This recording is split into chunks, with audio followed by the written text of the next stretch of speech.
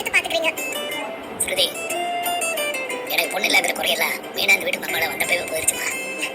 உன்னையும் ரோகிணியும் கூட எங்க பொண்ணு மாதிரி தான் பாக்குறான் இல்லையா விஜயா? மீனா சமையல் முடிஞ்சதா இல்லையா? அங்கிள் நீங்க மட்டும் தான் பொண்ணு மாதிரி பாக்குறீங்கன்னு நினைக்கிறேன். அத்தை நான் இன்னும் சமைக்கல. சமைக்கலையா? இவ்வளவு நேரம் சமைக்காம என்ன பண்ணிட்டு இருந்த? ஆண்டி நான் தான் சமைக்க வேண்டாம்னு சொன்னேன். சாப்பாடு வந்துட்டு இருக்கு. கடையில இருந்து ஆர்டர் குமார் சார் கொடுக்க சொன்னாரு. சரி நான் கால் பண்றேன்னு சொல்றேன் மேடம். என்ன நீ இத்தனை விதவிதமா இருக்கு? என்ன ஸ்பெஷல்? ஸ்ருதி சொல்லுங்க. சொல்றேன். கமகமன வாசனையா இருக்கே. ஹோட்டல் சாப்பாடா? ஸ்ருதி எந்த கடையில வாங்குன? முதல்ல எல்லாரும் சாப்பிட்டுட்டு எப்படி இருக்குன்னு ஒபினியன் சொல்லுங்க. அதுக்கப்புறமா எங்க இருந்து வந்துச்சு நான் சொல்றேன். ஏன் குட்ரிவி வீடியோ ஏதாவது எடுக்க போறியா? முதல்ல சாப்பிடுறா.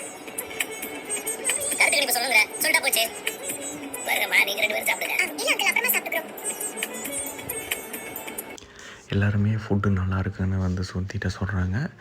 எல்லோரும் வந்து சாப்பாடு நல்லா இருக்குன்னு சொல்கிறாங்க. எல்லாம் ரவி கடையில் சாப்பாடு வாங்கினீங்களான்னு கேட்குறாங்க. இல்லை ரவி கடை இல்லைன்னு எல்லோரும் சொல்கிறாங்க. எங்களோடையும் ரவியே என்ன சொல்கிறேன், இல்லை இது என் கடை சாப்பாடு டேஸ்ட் நல்லா இருக்கு, ஆனால் என் கடையில் வாங்கலைன்னு சொல்கிறாங்க.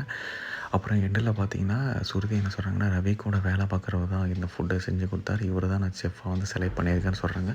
அப்படி எல்லோரும் ஷாக்காக வராங்க.